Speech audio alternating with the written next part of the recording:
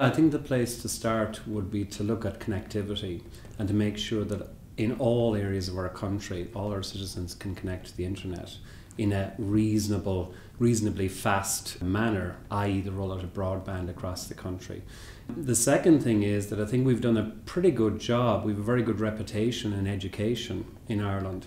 Our colleges are some of the best in the world, but we're not starting young enough to get in our pupils at a primary and secondary level into the education system, understanding technology and embedding technology in. If I look in 10 years' time, if we don't do something about this, the 4-year-old kids going into school in pretty much all other countries, developed countries, are going to be coming out at 12 years of age, being really conversant in IT and computers and the internet and how it all works, having already built up social networks with friends around the world, and our kids are not going to be there. And I think we have to fix that. Well, I think we are. I think it's kind of well known that as an economy we overheated significantly. Our cost structures went way out of kilter, I suppose, with the rest of the countries that we compete with. What's after happening now, and the kind of plus side, I suppose, of this correction we're in at the moment, is that a lot of those costs are coming back down. So from things like utility prices all the way to wages, to what people, the kinds of jobs that people are interested in doing, whereas maybe they previously weren't. So I think a lot of that is actually happening right now in real time. Well, I mean, even energy is actually coming down in Ireland, which is quite significant, because one of the areas where we have been pretty successful is in bringing in FDI in large institutions like Dell and Intel, Microsoft, Google, all these people. A lot of those companies have a significant data center footprint in Ireland, and those data centers use up a hell of a lot of power, and if our costs of power becomes the reason that people don't come to Ireland, then that's obviously not a good position for us to be in. We absolutely are lagging behind. I mean, some of the counties in Ireland are in the single-digit penetration rate. That's like really, really poor. I think from the major cities, actually, we're thereabouts. Specifically in Dublin, there's a number of providers, there's competition in there, there's good connectivity speeds, good level of service.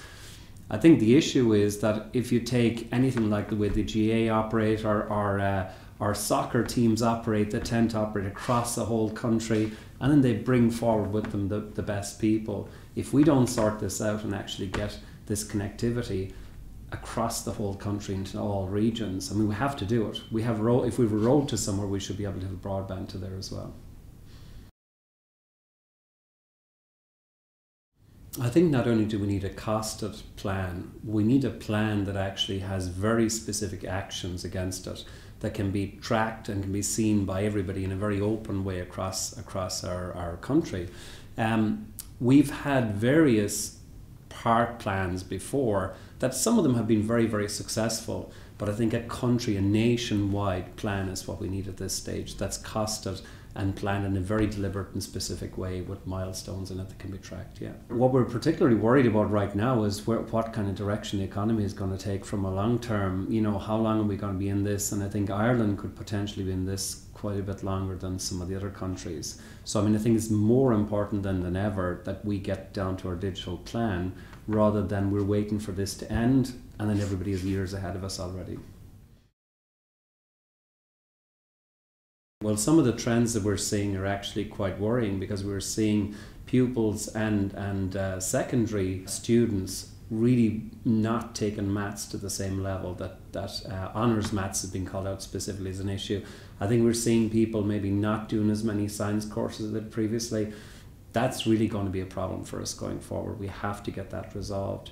I think as far as what actually comes out of the other end of third level education is some of the brightest people in the world. I mean, I think I'd see that as one of our major advantages that we have from an Ireland perspective.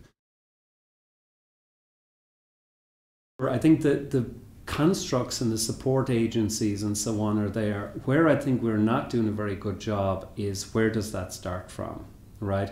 If you have an idea and you don't know who these agencies are, what do you do then? You know, we don't have a kind of a social structure around this, as I would think of it, like something that's very, very obvious and visible to people about how you would go about setting up your own business. is not really there currently, no. Oh, I think for me, green tech is the way it goes forward. But green, we need to think of green in a much wider way than we do. We need to think of green as the most simple things, like when you put something into a package, have you really worked out the impact of that? Is there a better way of doing it? So a simple example, in Dell, we actually started looking at packaging about a year ago, and we've been able to save about 20% of the packaging in a box that you would have thought, how could you improve on this box? So only when you go trying to solve those kind of issues. So that saved us a lot of money, saved our customers a lot of money, it saved the environment, it was a win-win all round. Green is everywhere and everything that we do. So there's lots and lots of opportunities in there, absolutely. Just taken from my Dell experience, we implemented a number of software as a service type applications to help us be more efficient in our work. And those have been really powerful because they give you a global view very easily of data you're looking at. But from translating services, I guess, into the internet that don't need an army of people is something that's absolutely prevalent in the industry right now. The whole computer industry is working on this. How can you remotely control, remotely fix computers and stuff? So we only see that going further and further into the cloud as time goes on, yeah. So I think Ireland's strength has been for years is our people. We have some of the brightest people in Ireland. We also have a fantastic network globally. When we think about the amount of ex-Irish or people that consider themselves some part Irish out there that actually want to do business with us, want to trade with us, want to help us, actually want to know what we're doing and understand us. That's a key advantage for us. I also think that in Ireland right now, we have changed our environment an unbelievable amount from what it was, say, 15 or 20 years ago. We were a completely English-speaking, predominantly Irish national population. Now I think we've changed that completely into a multicultural, multi-language ability. We have a lot of advantages here now.